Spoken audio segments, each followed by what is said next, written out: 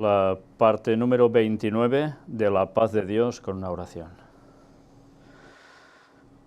Padre nuestro, una vez más nos acercamos a ti, para que sea el Espíritu Santo el que vaya ayudándonos a conocer más, a profundizar más en tu palabra. Cada día nos damos cuenta de la enorme riqueza que hay en ella, que por más que busquemos, indaguemos y ahondemos, siempre nos va dando nuevos tesoros que siguen allí brotando. Ayúdanos, Señor, a ser humildes, a buscarte de todo corazón, para que tú puedas ir guiándonos a todo tu pleno conocimiento. Perdona nuestros pecados. En el nombre de Jesús te lo pedimos todo. Amén. Bien, pues una vez más vamos a empezar esta parte temática de la paz de Dios con una serie de imágenes que van a servir para ilustrar alguno de los textos que vamos a encontrar en el día de hoy y vamos a comentarlos. Primero ya veis el título, La paz de Dios, que tienen esto: dos ojos, como con un prohibido, o sea, que no ven, ¿no? No ven, no pueden ver. Pero a mis espaldas podéis ver otra imagen, es esta: un oído que no oye, ¿no? Que se ayuda de una mano y un aparatito que se pone en la oreja, que va hacia el oído, para poder oír algo bien, a veces muy bien, pero a veces las pilas también se acaban. Bueno, pues tanto en un caso como otro, no vamos a ver al apóstol Pablo escribir sobre audífonos ni cosas parecidas, pero sí que vamos a sacar unas conclusiones espirituales que tienen que ver con esto. Pero antes, una vez más, vamos a hacer un rápido repaso a esas noticias que siguen produciéndose semana a semana, donde están gastando ya la palabra paz muchas personas y, evidentemente, no siempre del mejor modo, en su mejor significado, o al menos en las conclusiones que quieren llegar con ello.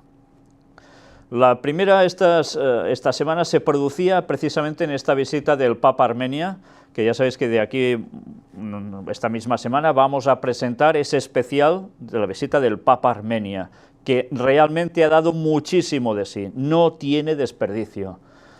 Pero mirad, a modo rápido, que ha aparecido también allí. Francisco y Carequín II piden abrir el corazón y las manos a las víctimas de la guerra y el terrorismo.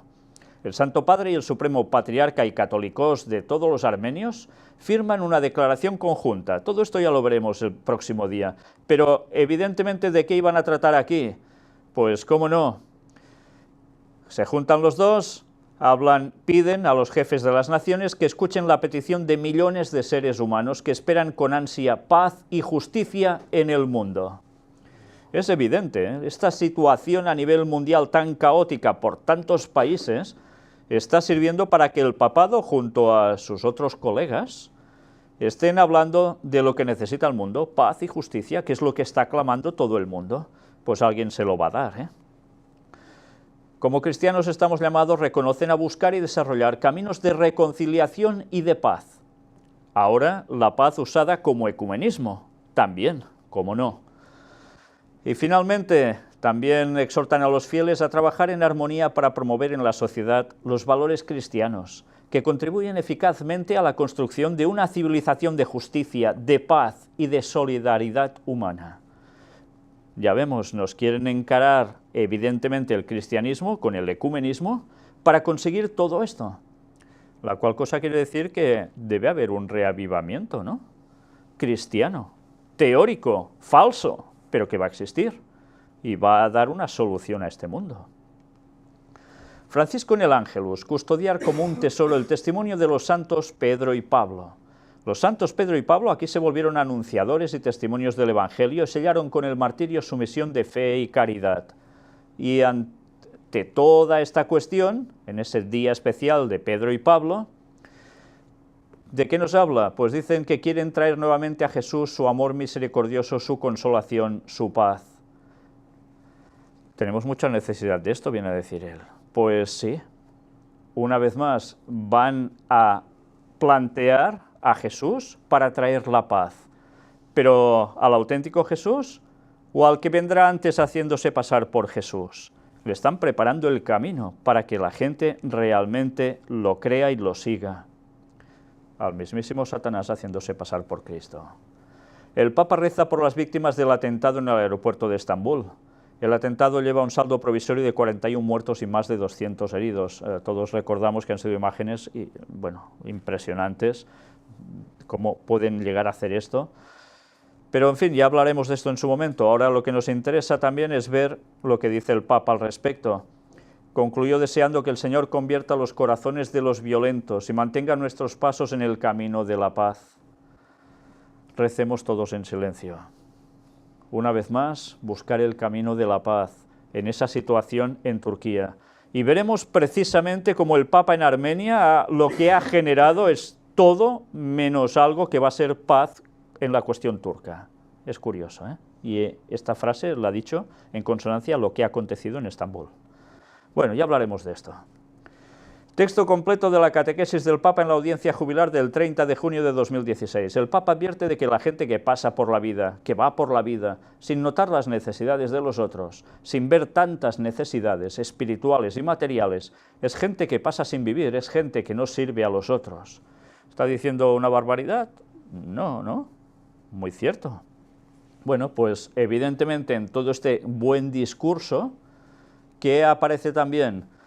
Pues nos habla que está con el presidente de la República de Armenia, el católico Skarekin II también, al patriarca y a los obispos católicos se dirige, dentro del pueblo armenio por haberme acogido como peregrino de fraternidad y de paz. Él mismo se autodescribe como peregrino de fraternidad y paz. Interesante, ¿eh? ¿Os dais cuenta cómo él mismo ya se apropia de este título? Pues bueno, aún siguió. Animar a esperanza y sentimientos de paz, contribuir para la paz y la reconciliación, camino de paz, etcétera, etcétera. Por todos lados va con lo mismo. Pero también en Colombia los obispos hablarán de paz y reconciliación en asamblea plenaria. Tratamos de ello en las noticias y aún deberemos tratar más. Pero mirad cuántas veces se habla de paz en esta cuestión, paz y reconciliación, reconciliado y en paz, reconciliación y la paz, paz entre el gobierno de Colombia y los representantes del grupo guerrillero, las FARC, diálogos de paz. ¿Y quién está con todo esto? La Iglesia Católica, los que están ofreciendo la paz y la solución al mundo. Como cordero en medio de lobos, carta del obispo de Córdoba, Monseñor Demetrio Fernández, el evangelizador no siembra discordia, sino que es portador de la paz de Dios para los hombres. Esta frase da mucho de sí, ¿eh? Pero vamos a verla aún con todo esto. Portadores de paz. El evangelizador no siembra discordia, sino que es portador de la paz de Dios para los hombres. A quien quiere recibirla se le da, a quien no, él se lo pierde. El evangelizador es siempre portador de paz para todos y sabe que su testimonio será rechazado en muchas ocasiones. Por eso dice Jesús, os envío como corderos en medio de lobos. ¿Qué hace un lobo con un cordero? Se lo come y se queda tan ancho. Pues eso sucede con los evangelizadores, los que llevan la paz, los que anuncian a Jesucristo y su evangelio. Están expuestos a ser rechazados, calumniados, marginados e incluso a ser eliminados. La historia está llena de ejemplos continuos que no faltan en nuestros días.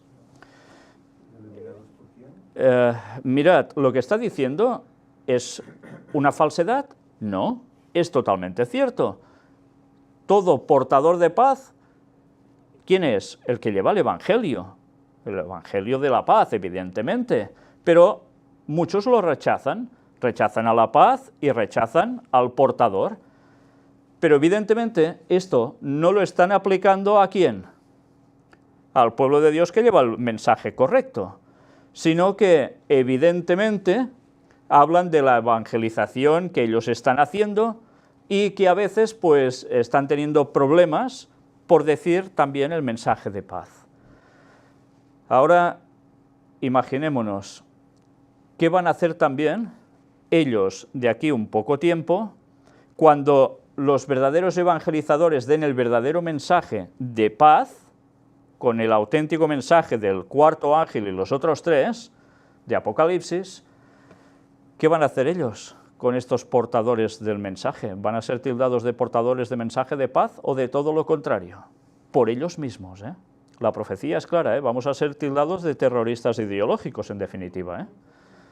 ¿Cómo van a cambiar las cosas? Pero como siempre, una verdad es lanzada, pero no siempre bien interpretada. Y bien, este es el repaso rápido de la vez continua en que la palabra paz va apareciendo. Es impresionante cómo cada semana hay tantas, y hay otras que ya ni os pongo y que tienen que ver con la visita del Papa a Armenia, para no ser repetitivos aquí. Y vamos ya a adentrarnos en la auténtica paz de Dios. Una vez más recordemos, paz de Dios tiene que ver con justicia de Dios, No hay paz sin justicia. Sigamos en el libro de los Romanos, que si queréis vamos a leer juntos, y empezamos con Romanos 11. Recordad que ahora nos adentramos ya en esos capítulos que tenían que ver con ese pueblo judío que había rechazado a Jesús, pero que el apóstol Pablo le está dando un mensaje a los gentiles, en definitiva, que algo iba a suceder también posteriormente con esos judíos, porque algunos aceptarían a Cristo, no todos. Si conviene, sería bueno también que hicieses un repaso a todas esas temáticas que presentamos de los judíos en el tiempo del fin, donde estuvimos desglosando prácticamente todo esto con mucho detalle. Pero hoy vamos a coger esa faceta que no terminamos de profundizar en ese sentido, pero hoy sí, sobre estos mismos textos. Romanos 11, del 7 al 14 nos dice: ¿qué pues? Lo que buscaba Israel no lo ha alcanzado, pero los escogidos sí lo han alcanzado, y los demás fueron endurecidos. Entonces, ¿de quién está hablando aquí? Lo que busca Israel, ¿quiénes eran los que buscaba Israel? Los judíos. No han alcanzado algo, pero los escogidos sí. ¿Y quiénes son los escogidos? Pues los escogidos eran esos gentiles que les llegó el Evangelio y lo aceptaron. Pero mirad que dice, y los demás fueron endurecidos. Porque se rechazaron a Cristo, ¿qué les pasó? Se endurecieron. Como está escrito, Dios les dio espíritu de estupor, ojos con que no vean y oídos con que no oigan hasta el día de hoy. ¿Entendéis las imágenes de la portada? Se pueden tener ojos, se pueden tener oídos, pero si con unos no ves y con otros no oyes, ¿de qué te sirven prácticamente? ¿De qué? De nada, ¿no? ¿Y qué está sucediendo a nivel espiritual? Se muestran evidencias de la verdad, se muestran visualmente con textos, con citas, con lo que haga falta, y se rechaza, y se explica y no se quiere oír. Y se sigue repitiendo continuamente algo para no oír eso. Ahora me llevo a pensar eso, pero el día de la hora nadie sabe respecto al 2031 y el regreso de Jesús. Bueno, pues la historia siempre se repite porque el ser humano es siempre igual. Quien quiere ser ciego es ciego y quien quiere ser sordo es sordo. Yo siempre recordaré cuando mi hermano mayor me contaba, cuando él vivía con los padres de su mujer en casa, que ya eran muy ancianos, y él hablaba con ese hombre como si nada, sí, un poco sordo, pero oía, y podían tener un diálogo. Pero en cambio, cuando la mujer le hablaba al hombre, o sea, su esposa, ni la oía. ¿Por qué? Bueno, ya sabéis lo que a veces son caracteres de las personas, ¿no? Que algunos taladran mucho y otros ya al final desconectan y como si no existieran. Pues eso le pasaba. Era sordo. ¿Por qué? Porque ya se lo pedía el cuerpo prácticamente ser sordo, ¿no? Pero es que el problema está en que las voces siguen estando, pero si tú no quieres oírlas, no las vas a oír. Bueno, pues ahora imaginaos esto espiritualmente. Puedes ver, puedes oír y ni caso. ¿Y eso se puede cambiar? Eso con lo que se termina es con endurecimiento, como el faraón, igual. Y David dice: se ha vuelto su convite en trampa y en red, en tropezadero y en retribución. Se han oscurecido sus ojos para que no vean, y agóbiales la espalda para siempre. ¿Cuál era su convite? Su convite era aceptar a Jesús como el Mesías. pero en cambio fue rechazado. En consecuencia, ¿en qué se convierte su convite? En una trampa y una red, en tropezadero y en retribución. O sea, retribución se añade a todo esto. ¿Qué quiere decir? Pues que se les va a pasar factura por esto. Van a tener su paga como consecuencia de haber rechazado a Cristo. Se han oscurecido sus ojos para que no vean, y agóbiales la espalda para siempre. O sea, que no van a ver por nada. Y además, agobiados por la espalda. Digo pues, ¿han tropezado los de Israel para que cayesen? En ninguna manera. ¿Cómo? O sea, nos está diciendo que sí, ahora nos dice que no. ¿Tropiezan los de Israel de rechazar a Jesús y resulta que dice que después no? ¿Nos está diciendo esto el apóstol Pablo? Mirad si debemos leer siempre el contexto cuando Pablo escribe, porque a veces Pablo parece que en una frase está diciendo otra cosa que nada tiene que ver, pero él lo que está haciendo es un hilo argumental extensísimo, que si te pierdes por allí en medio y solo coges un poco aquí, otro allá, te despista. Recordemos que él tiene claro, los de Israel rechazan a Cristo, pero mirad qué nos dice, ¿han tropezado los de Israel para que cayesen? En ninguna manera, pero por su transgresión vino la salvación a los gentiles para provocarles a celos. O sea, no está diciendo que se vayan a perder directamente, sino que esto ha permitido que el Evangelio llegara como salvación a los gentiles, a los que no eran judíos, y como consecuencia esto a ellos les provocará celos. Decir, ¿cómo puede ser si nosotros somos el pueblo de Dios y qué este mensaje? ¿Y para qué sirve provocar a celos? Para que haya una reacción. Por tanto, para que puedan volver ¿a quién? A Dios. Bueno, sí, varían las... puede ser, sí. Sí. Y si su transgresión es la riqueza del mundo y su defección la riqueza de los gentiles, ¿cuánto más su plena restauración? Por tanto, ellos transgreden porque no aceptan a Jesús, pero esto pasa a ser la riqueza del mundo, el mundo que son gentiles, que hay muchos más que judíos. Y su defección la riqueza de los gentiles. ¿Cuánto más su plena restauración? ¿Quiere decir que todos los judíos van a ser restaurados? ¿Todos van a aceptar al Mesías y van a ser salvos? ¿O solo algunos? Primero de todo, ¿qué quiere decir defección? Acción de abandonar una causa o de separarse de ella con deslealtad. Esto es lo que hicieron los judíos. ¿Se separaron deslealmente de quién? De Dios, por supuesto. Abandonaron la causa. Pero mirad qué más nos va diciendo ahora. Porque a vosotros hablo, gentiles, por cuanto yo soy apóstol a los gentiles, honro mi ministerio, porque si en alguna manera pueda provocar a celos a los de mi sangre y hacerlos salvos a algunos de ellos. ¿Nos damos cuenta del significado aquí? Es para provocarles a celos, para que despierten, para que reaccionen, y así hacer que todos sean salvos, todos los judíos. No, hacer salvos a algunos de ellos. Por tanto, no esperemos, como creen tantas denominaciones, que de repente todos los judíos van a decir aceptamos a Jesús como el Mesías y lo vamos a seguir y ya está. Eso es mentira. Eso es el engaño que el sionismo ha generado en el cristianismo, pero eso no va a suceder. Sí que van a aceptar a un falso Mesías cuando venga Satanás haciéndose pasar por Jesús, pero al auténtico no lo van a aceptar todos, ni mucho menos. ¿Os dais cuenta cómo hemos de leer todo para no caer en errores de lo que Pablo no está diciendo en verdad? Por desgracia, a pesar de presentar estos temas como los que presentamos de los judíos en el tiempo del fin, aún siguen habiendo muchos cerrados R que R en que tienen razón, cuando los textos por sí solos son tan claros. Y esto además es profecía, y la profecía se va a cumplir. Pasamos a Romanos 11, del 20 al 22.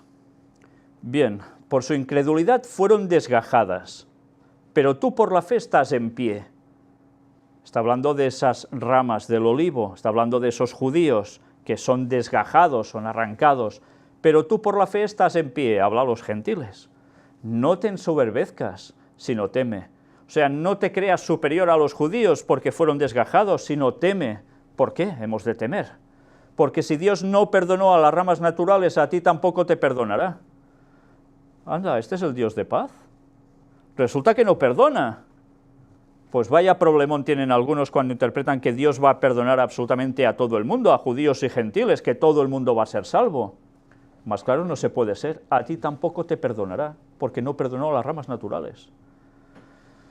Mira pues, la bondad y la severidad de Dios. Palabra contundente, ¿eh? Severidad. ¿Pero junto a qué? A bondad. La severidad ciertamente para con los que cayeron, pero la bondad para contigo, si permaneces en esa bondad, pues de otra manera tú también serás cortado.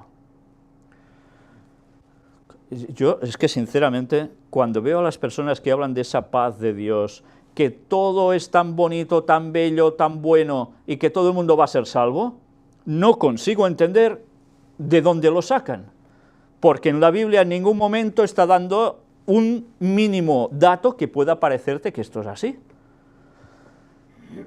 Pero qué triste, ¿eh? Todo por rechazar una lectura en profundidad de la propia Biblia, increíble. Romanos 11, 25 al 27. Porque no quiero, hermanos, que ignoréis este misterio. ¿Sabéis que el apóstol Pablo cuando escribe habla mucho de esto así? Un misterio, ¿eh? Suelta un misterio.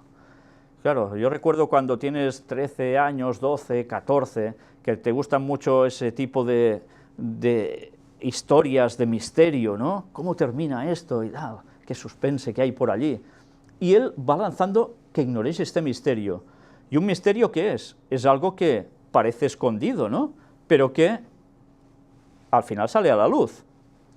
Pues no quiero, hermanos, que ignoréis este misterio, para que no seáis arrogantes en cuanto a vosotros mismos, que ha acontecido a Israel endurecimiento en parte, hasta que haya entrado la plenitud de los gentiles. O sea que todos los gentiles van a ser salvos, van a entrar al reino de Dios.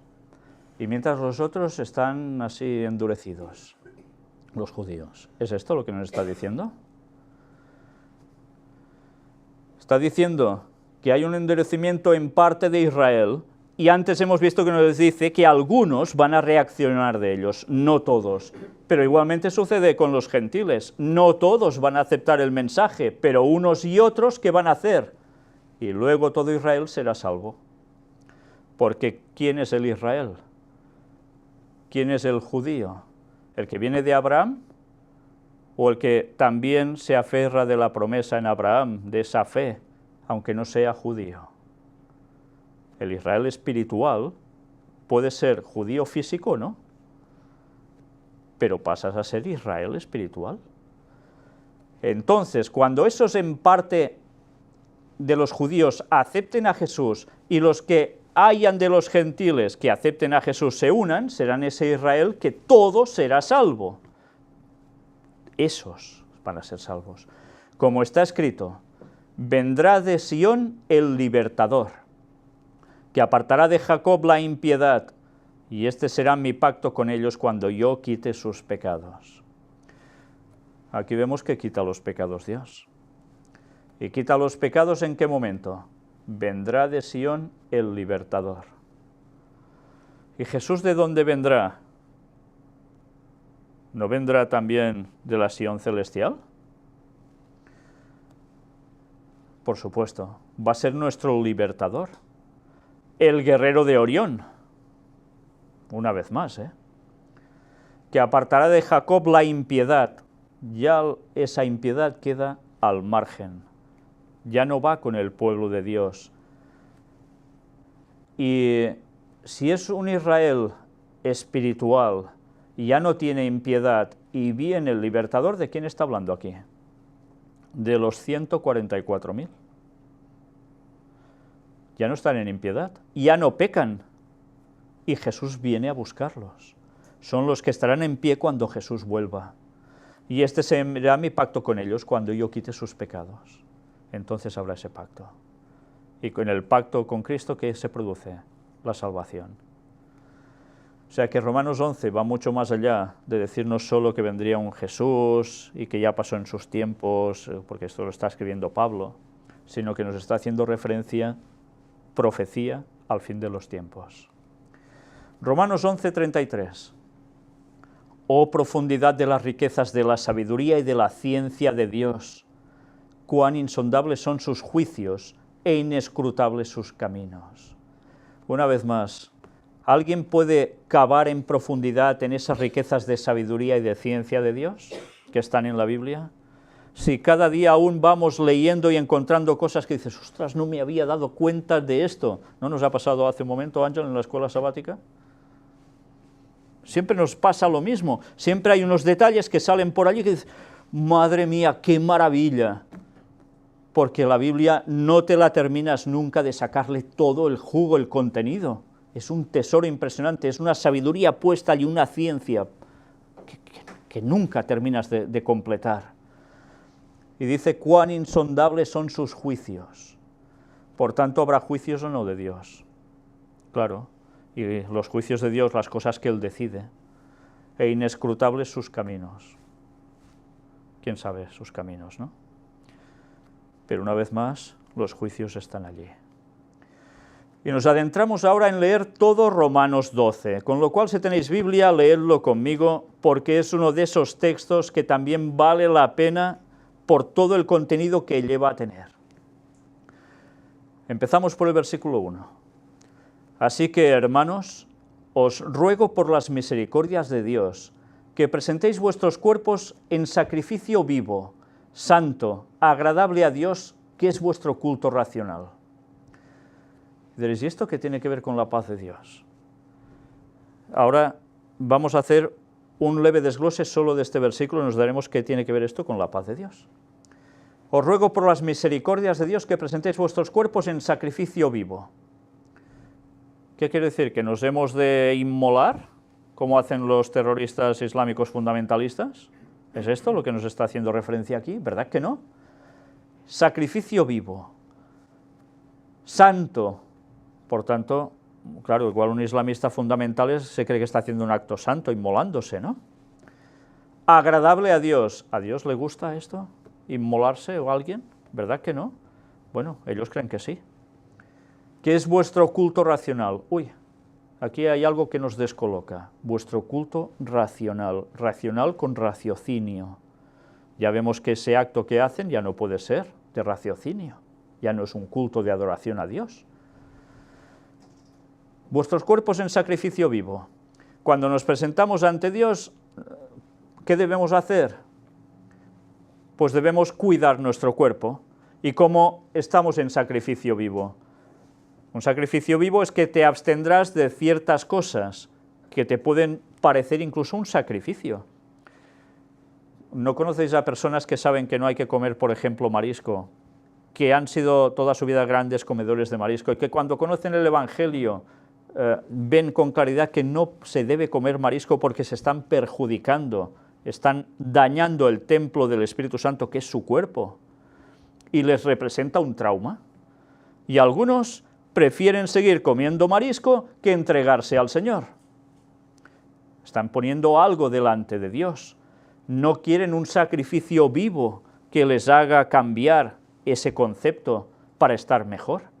Esto es un ejemplo de tantos y tantos que pueden llegar a ver. Pero un sacrificio vivo, ¿qué es? Es seguir a Dios cueste lo que cueste. Cada día de nuestra vida, con los distintos problemas que pueda haber. Santo, evidentemente, somos apartados para un uso santo, somos santificados. Agradable a Dios, que es vuestro culto racional. Por tanto, ¿creéis que si hacemos todo esto no vamos a tener paz? Evidentemente. Si hacemos esto, ¿tendremos paz? Si no, no. No os conforméis a este siglo, sino transformaos por medio de la renovación de vuestro entendimiento, para que comprobéis cuál sea la buena voluntad de Dios, agradable y perfecta. O sea, no nos conformemos a lo que ya sabemos, a las costumbres del mundo, a lo que todo el mundo hace. No, porque nos hemos de transformar. Una vez más, aquí no es Dios que tiene que ponerse a la altura nuestra, sino nosotros subir a los escalones a la altura de Dios. Hay que perfeccionarse, renovarnos. Y el entendimiento es básico. Si no queremos hacer funcionar esto, ¿qué vamos a hacer? Nada. Para que comprobéis cuál sea la buena voluntad de Dios agradable y perfecta. Cuando nosotros nos decidimos a ser transformados, es cuando Dios nos puede ayudar a ser así, agradables y perfectos ante Él. Digo pues, por la gracia que me es dada, a cada cual que está entre vosotros, que no tenga más alto concepto de sí que el que debe tener, sino que piense de sí con cordura, conforme a la medida de fe que Dios repartió a cada uno. Y ahora quizás es una cuestión de autoanálisis cada uno. ¿Yo me tengo por superior a los otros? ¿Pienso que yo sé más que los otros? ¿Pienso que soy el más listo de la clase? ¿Pienso que a mí se me deben reconocer honores porque soy alguien especial? Todos debemos analizar esto, ¿eh? ¿Tenemos un más alto concepto de nosotros mismos de lo que debemos tener? Aquí entra el orgullo, ¿eh? El orgullo. Porque si sucede eso, ya después no pensamos con cordura. Dice, piense de sí con cordura. Y ahora una vez más, ¿por qué Satanás está intentando desequilibrar tanto las mentes de las personas en esta última generación? A través de las drogas que se han tomado, a través de alcohol, a través de fumar no sé qué, de ver no sé qué, de oír no sé qué. Porque se desequilibran nuestras mentes, no andaremos con cordura. Y quizás nos vamos a enaltecer como si fuéramos los más grandes de algo. Yo no soy como ese, ¿eh? Yo soy superior, cuidado. No hay cordura, la mente queda atrofiada.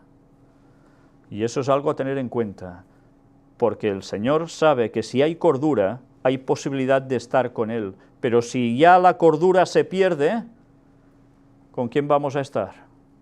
Vamos a caer en ese carácter que de Dios no tiene nada, sino que es un carácter satánico. Y pensando que se está en la fe, porque aquí no se está dirigiendo a los que no creen, ¿eh? Conforme a la medida de fe que Dios repartió a cada uno. Vamos a medirnos, ¿yo tengo más fe que tú? ¿Y tú qué sabes la fe que tiene el otro? ¿El otro pasa las circunstancias que tú pasas o tú las suyas? ¿Vamos a juzgarlo por eso? Bastante faena tenemos en pensar nosotros si tenemos bastante fe para estar con Dios, como para estar midiendo la fe de los demás, ¿no? Porque de la manera que en un cuerpo tenemos muchos miembros, pero no todos los miembros tienen la misma función, así nosotros siendo muchos somos un cuerpo en Cristo y todos miembros los unos de los otros. Una vez más el apóstol Pablo hace referencia a un cuerpo, con miembros. Un cuerpo tiene un brazo o tiene dos. Normalmente tiene dos, ¿no? Tiene dos piernas, tiene orejas, tiene ojos, tiene muchas cosas un cuerpo. ¿Y qué pasa? ¿Que hay algo que es sumamente importante y el otro puede detestarlo en el mismo cuerpo? ¿Os habéis fijado que cuando os herís en algún lugar, luego hay una regeneración y se vuelve a poner todo bien? ¿Ha habido un rechazo del cuerpo hacia ese miembro que está dañado? ¿Que tiene un defecto? ¿Verdad que no? Sino que lo ha trabajado para todo en él sanar allí. Bueno, pues así debería ser con nosotros. Nada de importar uno más que otro, sino que todos trabajamos porque estamos en el mismo cuerpo. Imaginaos un coche que también tiene sus partes, y una rueda dice yo me voy a la izquierda y otra yo me voy a la derecha. ¿Qué pasa con el coche? Pues eso se parte, ¿no? Debemos ir a una, estamos en el mismo cuerpo. ¿Y en qué cuerpo estamos? Pues ya lo sabemos, ¿no? En el de Cristo. Así nosotros, siendo muchos, somos un cuerpo en Cristo, y todos miembros los unos de los otros. De manera que teniendo diferentes dones, según la gracia que nos es dada, si el de profecía úsese conforme a la medida de la fe, o si de servicio, en servir, o el que enseña en la enseñanza, el que exhorta en la exhortación, el que reparte con liberalidad, el que preside con solicitud, el que hace misericordia con alegría. ¿Todos tenemos los mismos dones? Yo tengo los mismos dones que tú los mismos dones que yo, quizás en alguno coincidamos, pero normalmente todos somos distintos y unos tienen unas capacidades que otros no tienen y esto lo otorga Dios, no lo elegimos nosotros. ¿Y qué hemos de decir? Ah, porque yo tengo este don y tú no, yo soy superior a ti, ya no quiero saber nada de ti. ¿Verdad que es absurdo? ¿Por qué creéis que Dios ha dado dones a unas personas unos y a otros otros? ¿Para que estén separados? Para que se complementen, para que trabajen coordinados en ese mismo cuerpo que es Cristo, para el bien común, de todos. Por tanto, ya solo con todo esto nos damos cuenta que lo que hay que hacer es servir. Servir en lo que Dios te ha dado a ti para el bien de los demás. Y que todos debemos hacer esto sin esperar nada a cambio. Hacemos esto porque Dios lo ha puesto en nosotros y nosotros a Dios le daremos ¿el qué? La gloria y la honra, sí, pero Dios a nosotros nos va a pedir cuentas de qué hemos hecho con nuestros dones. Si yo he servido para algo y no lo he puesto en funcionamiento porque no me ha dado la gana, ¿Dios qué me va a decir? Hombre, te di estos talentos, en vez de trabajarlos para hacer avanzar la obra de Dios, para ayudar al cuerpo, tú ni caso. ¿Recordáis la parábola de los talentos, no? ¿Qué sucede? Bueno, pues tengamos eso presente. El amor sea sin fingimiento. Ah, qué interesante frase. 1, 2, 3, 4, 5 palabras que si la fuéramos pasando por delante de la vida de cualquier persona, ante incluso hermanos de iglesia, no sé qué porcentaje me daría, diciendo de tanto por ciento de fingimiento. Sí, porque se ven dos que no se soportan, y ¡ay, hola, qué tal, bien, jaja, jiji, qué bien! Y a la que se va, ese que lo que ha hecho y no sé qué. Sí, no pasa eso en las iglesias. ¿No habéis oído que uno gira la espalda y lo están dejando de todos los colores y diciéndole de todo menos guapo? A la cara no se atreven, normalmente suele pasar eso, pero giras la espalda y oyes de todo. Bueno, yo no sé si vosotros habéis vivido ese tipo de experiencia, yo sí, y estando en la misma iglesia y oír cómo están criticándote continuamente y te giras y ¡hey, hola, qué bien! Bueno, la verdad es que es para pensar, eso pasa, y quizás nos puede pasar a todos, cuidado. El amor sea sin fingimiento, así debería ser. Aborreced lo malo, seguid lo bueno. Amaos los unos a los otros con amor fraternal. En cuanto a honra, prefiriéndoos los unos a los otros. O sea que hay mucho amor fraternal, o debería haberlo, pero evidentemente tú tendrás más preferencia hacia uno que hacia otro también, ¿no? Porque hay personas que tienen más conexión con unos que con otros. ¿Es verdad? Eso pasa. ¿Qué le pasaba a Jesús? Tenía 12 discípulos, y cuando tenía un momentito, ¿dónde se iba? ¿A casa de Pedro? ¿A casa de quién? Pues se iba a Betania, y se juntaba con Lázaro, Marta y María. ¿Y por qué? Si no eran de los 12. Porque se sentía totalmente a gusto, porque estaba muy bien con ellos. ¿Y eso quiere decir que no amaba a los otros? No, los amaba, pero los prefería con honra, porque eso pasa, todos somos distintos, y con unos tienes más conexión que con otros, y quien diga lo contrario se está engañando, porque eso no es el verdadero amor. El amor es, somos como somos, nos aceptamos y nos queremos, pero evidentemente tú tienes más afinidad con unos que con otros, y eso no es ir contra Dios ni contra el Evangelio, es una realidad de la persona. En lo que requiere diligencia, no perezosos. Bueno, aquí es algo que nos lo leemos enseguida, pero requiere diligencia, no perezosos. Ah, ya lo haré mañana, ya lo haré mañana. Mirad, esta semana precisamente ha habido una noticia que me ha llamado mucho la atención. Han mostrado quién era la persona en Cataluña que ha sacado mejor nota de selectividad para ir a la universidad, y ha sacado una nota impresionante. Y era una chica que cuando la entrevistan dice, no, es que si me ponen deberes para hoy, los hago hoy, ya no lo dejo para mañana. Pues creo que ha dado una lección tremenda a más de uno. Porque otros dirán, bueno, aún me quedan no sé cuántos días para presentar el trabajo, ya ho farem, ya lo haremos. Sí, sí, y después todos son prisas y todo sale mal. Requiere diligencia, no perezosos. ¿Os imagináis a un cristiano perezoso? Pues yo creo que no hace falta imaginárselo, porque de estos hay a montones, y en según qué lugares más que en otros. Pero eso pasa, se es perezoso. ¿Os imagináis a Jesús? Mira, hay que hacer un milagro. Bueno, ya lo haré mañana. Ya lo haré mañana, es igual. Sí, ya mañana.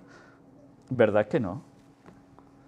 ¿Y nosotros que hemos de imitar a Jesús? No, vamos a ser perezosos. Primero me tumbo un rato en la cama antes que hacer lo que he de hacer, ¿eh? Y un buen rato, si puede ser. Debemos ser diligentes, no perezosos. Fervientes en espíritu. Fervientes en espíritu. Fervientes de fervor. Por tanto, ¿cómo debemos ser espiritualmente? Fervorosos.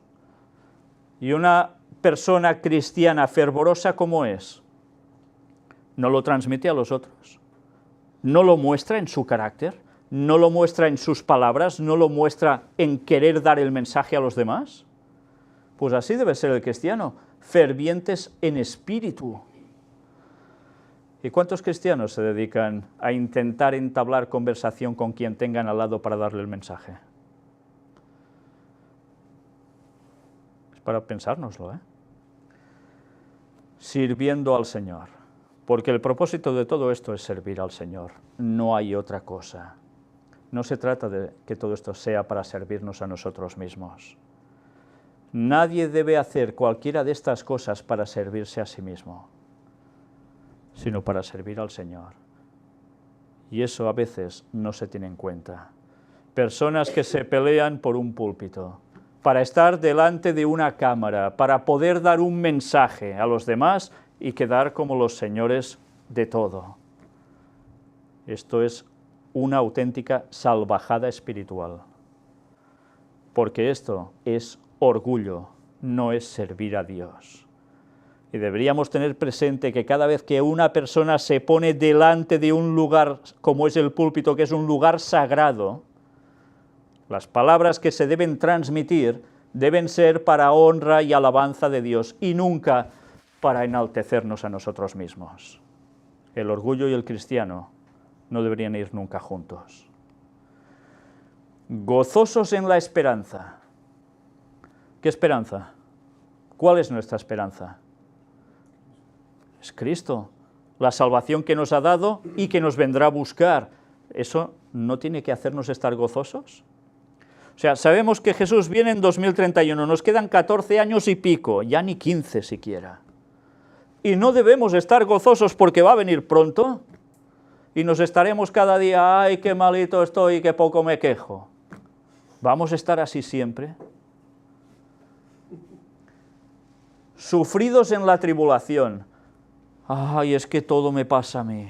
Ay, qué mal, todo me viene a mí, con lo bueno que yo soy, y mira el otro, no le pasa nunca nada.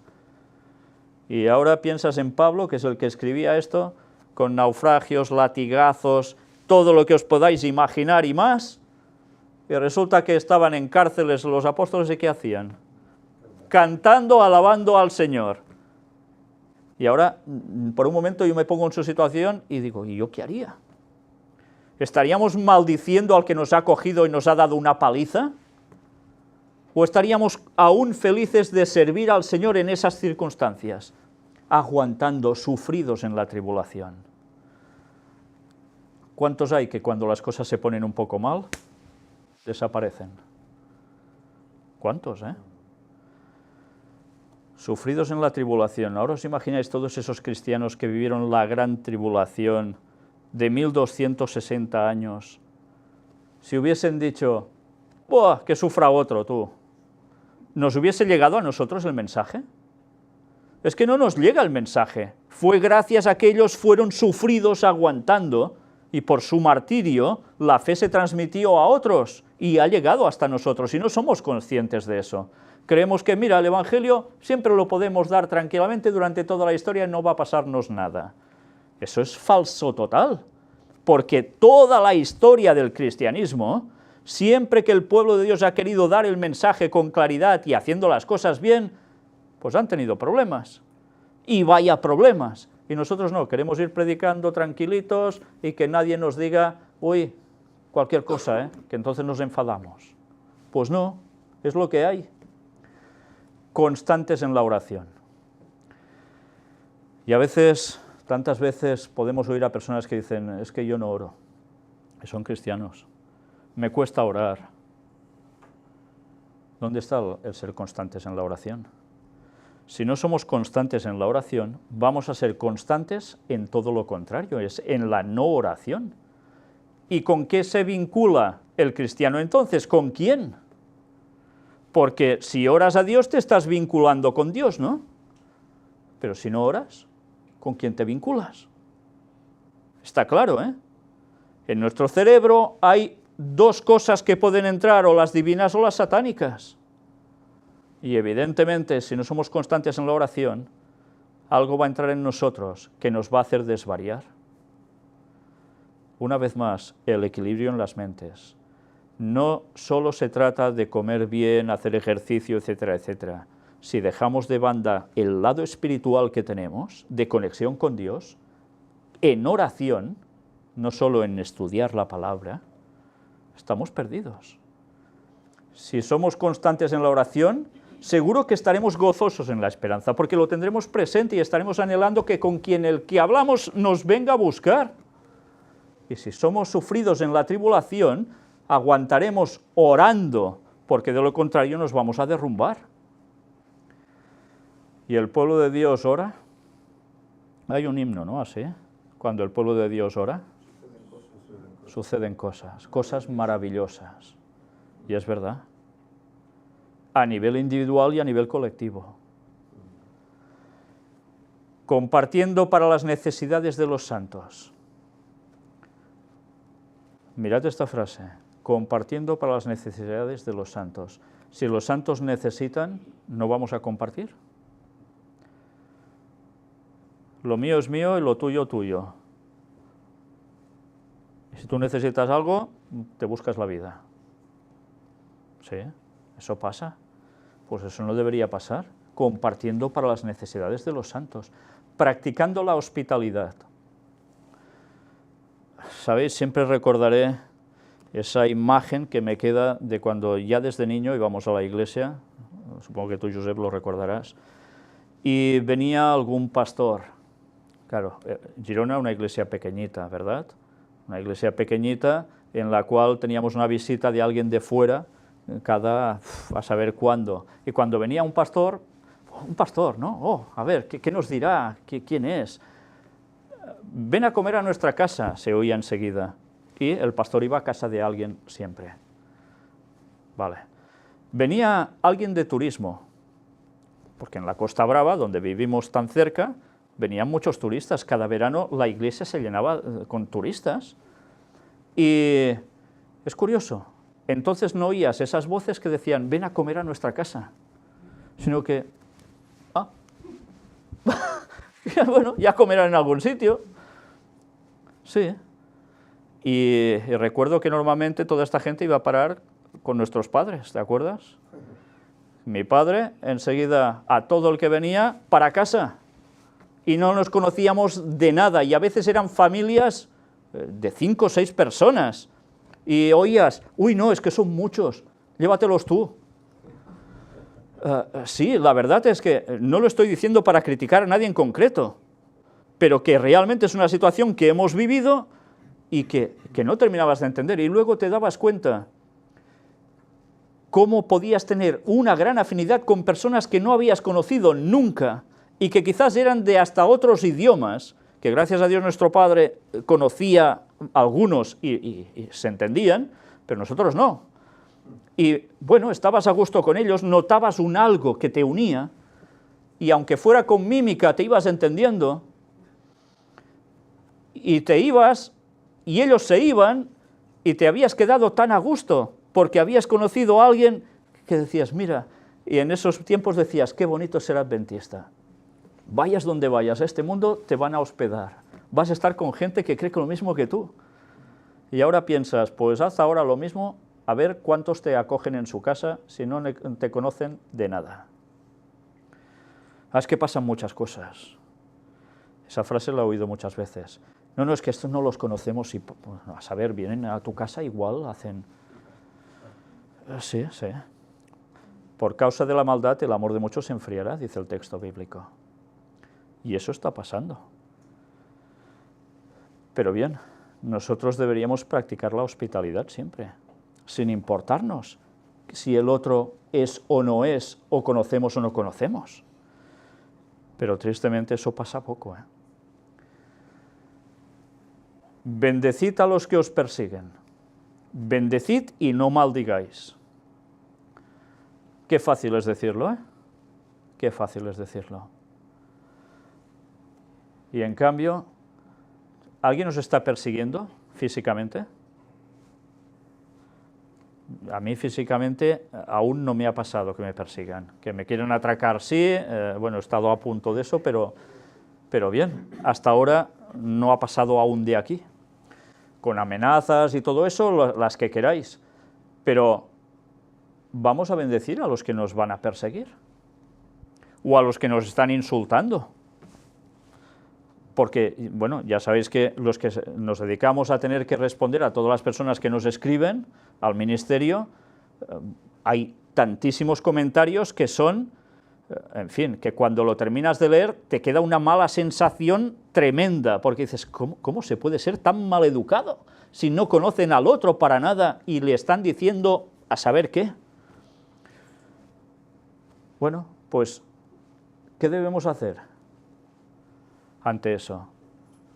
Decirles que los juicios de Dios caigan sobre ti y te quemes en el infierno. ¿Debemos hacer eso? ¿Así tendremos paz? Bueno, tendrás paz porque no te van a molestar más si todos quedan fulminados, pero desde luego esa no es la paz auténtica. La paz auténtica la encuentras cuando perdonas, cuando dices, bueno, pues sigue tu camino, si no quieres, ¿qué vamos a hacer? Aunque insistan, ¿eh? Y algunos son de insistir y 80.000 veces, venga y dale que te pego. Bueno, pues al final tienes que cortar también y decir, bueno, hasta aquí, sigue tu camino, adiós, y se acabó, evidentemente. Pero no podemos ir maldiciéndolos, ¿eh? Y luego nos sigue diciendo, gozaos con los que se gozan. Ahora veis a alguien que se goza, que está radiante de alegría por algo, y tú ves a ese hermano que se goza y tú tienes que pensar, míralo, lo bien que está, y yo... Claro, es que, sinceramente, debemos estar contentos. Si un hermano algo le ha ido bien y está gozoso, tú te debes alegrar con él, pero eso no hay que forzarlo, es que te tiene que salir innato. Si un hermano ha tenido un accidente y se recupera, ¿tú no vas a estar gozoso con él? ¿Qué quieres, que se muera? Y además añade, sí, no, es que a veces parecen cosas de risa, pero es que esta es la vida, ¿eh? Llorad con los que lloran. Y ¿no pasa eso, que a veces un hermano en iglesia se muere? Y sus parientes lloran, evidentemente. ¿Y nosotros nos vamos a quedar igual?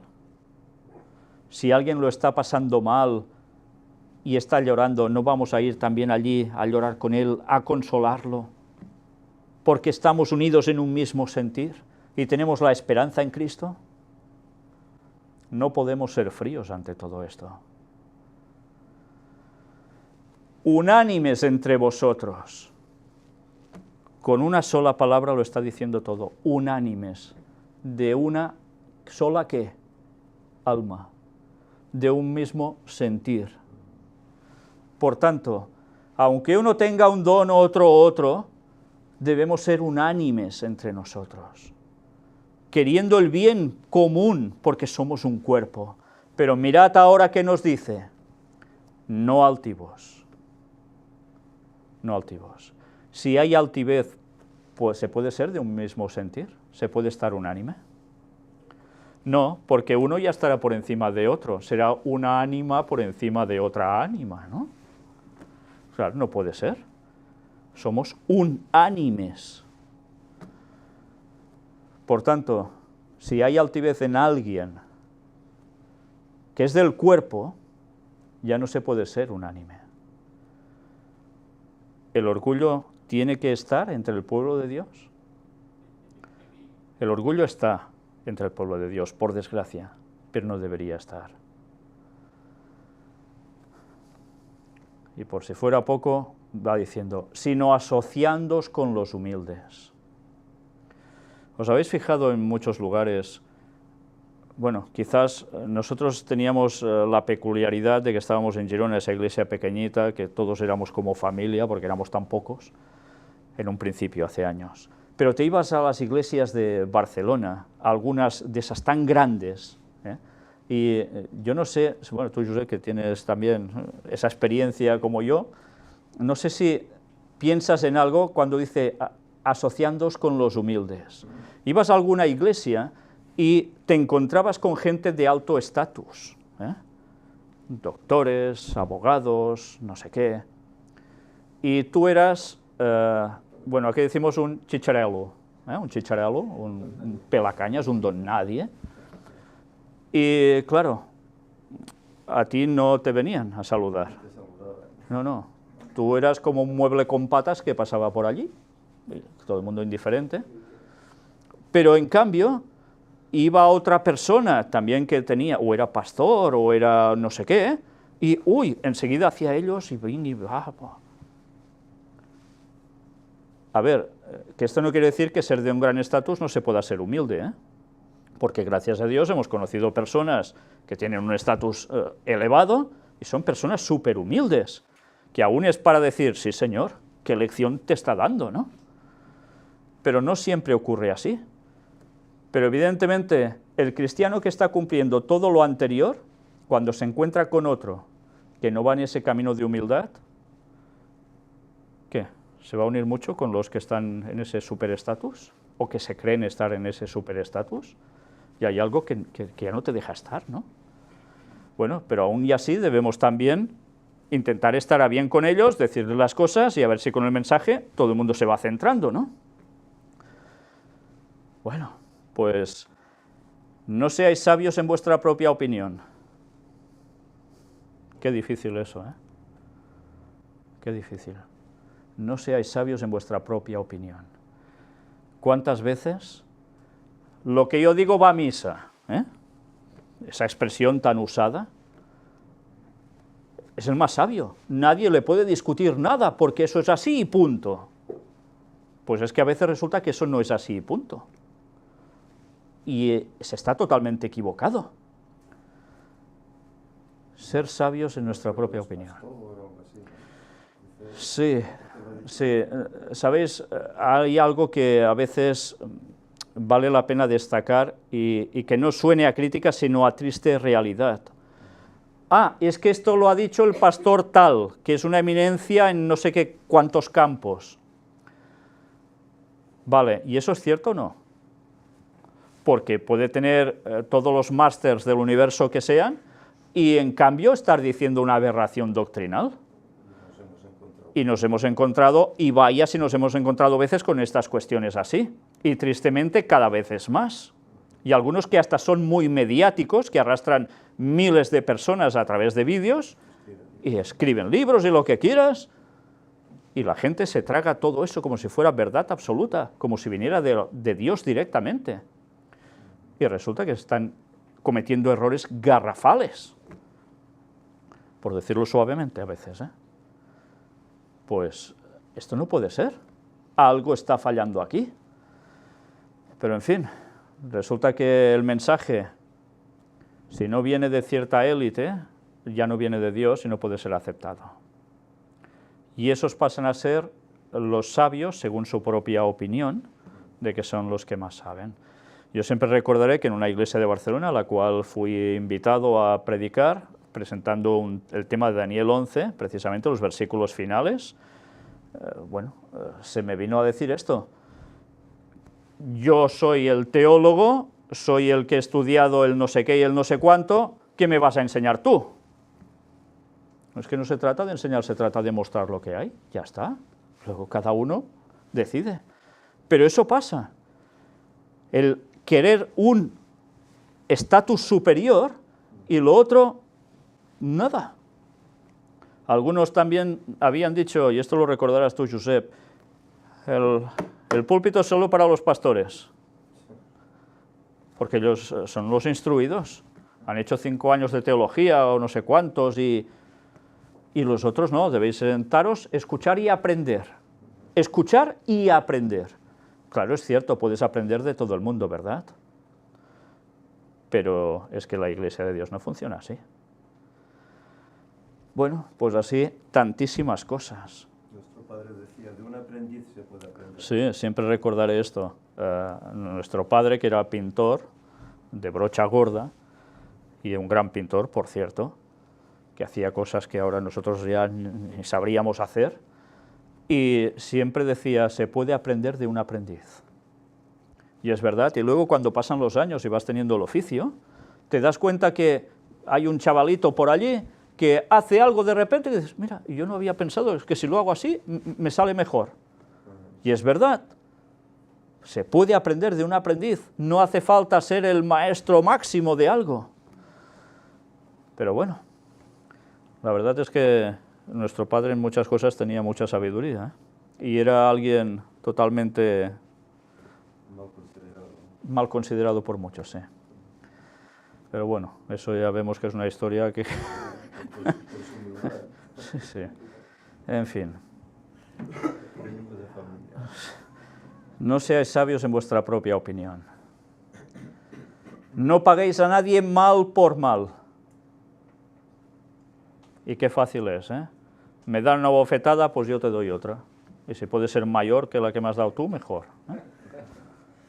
Pues no, no paguéis a nadie mal por mal. Procurad lo bueno delante de todos los hombres.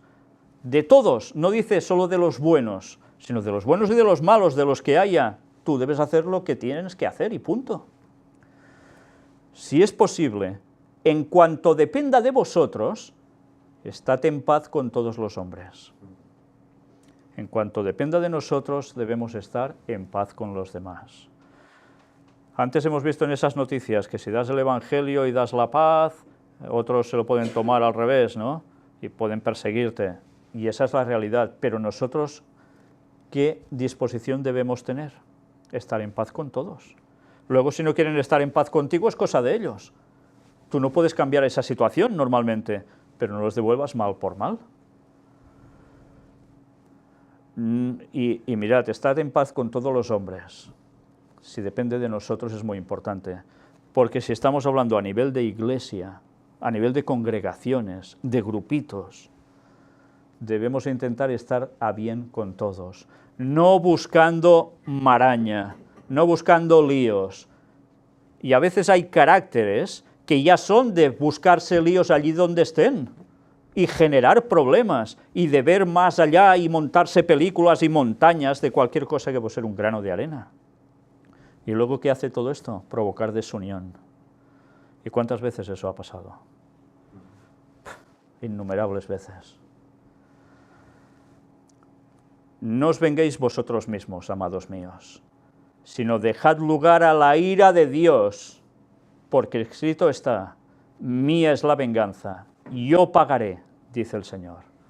Ah, mira, no, el Señor va a perdonar a todo el mundo. Sí, sí. La ira de Dios, no, que va. La ira de Dios es justicia. Y dice, no te vengues si te hacen algo. ¿Por qué? ¿Por qué nos dice que no nos venguemos nosotros mismos? Porque entonces no tendríamos paz. Porque si hemos de conseguir la paz a base de ser Rambo, matando al primero que se pone tonto, mal vamos, ¿no? La paz viene si nosotros perdonamos. Y Dios, y hará la justicia que debe hacer. ¿Sabéis? Esto me recuerda hace unos días en la matanza esa de Orlando, de ese bar gay, cuando un predicador dijo que aún habían muerto demasiados pocos. Y ahora, una vez más, enlazando con lo que hemos dicho en la escuela sabática de hoy, personas que se han sometido a operaciones transexuales, cambiando o queriendo cambiar de género, y después se han arrepentido y se han convertido al cristianismo y han encontrado la paz que no han tenido nunca. ¿Y si los hubiesen matado y allí, qué hubiese pasado? ¿No hubiesen podido ser salvos? ¿Cómo nos podemos alegrar de la muerte de nadie por más mal que haga? Dios sabe el corazón de cada persona y sabe si con un margen de tiempo más va a encontrar la salvación, va a cambiar. ¿Cómo vamos a ir ejecutando a todo el mundo nosotros? Qué triste. Y lo peor es ver comentarios de personas que se alegran de una cosa así y aún quisieran más. Es increíble. Y esto no quiere decir que lo que estén haciendo es bueno, ¿eh? Son dos cosas distintas. Pero el juez es Dios, y quien va a aplicar el veredicto va a ser Dios. Así que, si tu enemigo tuviere hambre, déjalo que se muera. ¿Nos pone esto el texto? Si tu enemigo tuviere hambre, dale de comer. Si tuviere sed, dale de beber. Pues haciendo esto, ascuas de fuego amontonarás sobre su cabeza. Y tú estarás en paz, además. Y tú le estarás mostrando el amor de Dios, que el amor de Dios no suple a todos, no hace salir el sol sobre justos e injustos, y nosotros vamos a ser jueces para decir, a ti te doy de comer y a ti no, porque me caes mal. Qué importante es ser cristiano de verdad, qué importante. No seas vencido de lo malo, sino vence con el bien el mal. Una frase de las que no tiene desperdicio. No seas vencido de lo malo. Porque si en algo de esto fallamos, somos vencidos de lo malo. Y si somos vencidos de lo malo, ¿somos vencidos por quién? Por Satanás. Sino vence con el bien el mal. Por tanto, ¿quién es el bien en verdad? El propio Cristo. Si nosotros hacemos como Cristo, si hacemos el bien, venceremos el mal. No falla.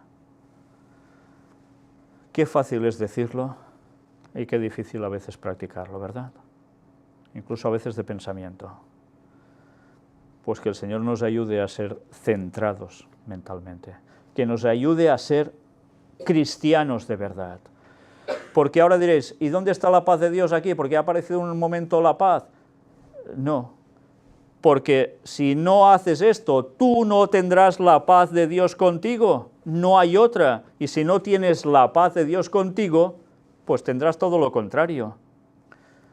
Y si tienes esa paz, deja que los juicios y la ira de Dios caiga y haga lo que tenga que hacer, porque Él sabe lo que tiene que hacer, pero no nosotros. Que el Señor nos ayude a ir comprendiendo cada vez más de su palabra, porque con un solo versículo nos podíamos pasar horas y horas y días y años, porque cada uno de ellos es de una riqueza impresionante. Debemos profundizar en la palabra de Dios y debemos darnos cuenta que la paz de Dios es mucho más que un concepto que nos están dejando en este mundo y que todo el mundo se está tragando para llevarlo precisamente a todo lo contrario. Tenemos un claro mensaje para dar a este mundo, un mensaje basado plenamente en la palabra de Dios, y no podemos fallarle al mundo, porque muchos deben ser salvos aún. Que Dios nos ayude a poder dar este mensaje y a no callar, y a ser gozosos en la esperanza, sufridos en la tribulación y constantes en la oración, siendo todos de un mismo sentir. Que Dios os bendiga. Vamos a terminar con una oración.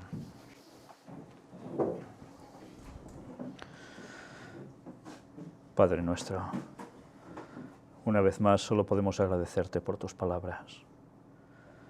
Gracias, Señor, por haber utilizado al apóstol Pablo para darnos todos estos mensajes que deben servirnos para cada momento de nuestras vidas. Ayúdanos, Señor, a autoanalizarnos, a examinarnos, y sé tú el que nos vaya mostrando todas estas deficiencias que tenemos, porque nadie de nosotros es perfecto. Y ayúdanos a levantarnos y apartarnos de todo lo que hagamos mal, a ir cambiando y a tener tu carácter, y a poder mostrarlo al mundo para que muchos más sientan atracción por tu evangelio, por la esperanza de tu salvación. Este mundo está lleno de personas desesperadas, de personas que te necesitan urgentemente, y quizás muchos ni lo saben ni saben a quién recurrir.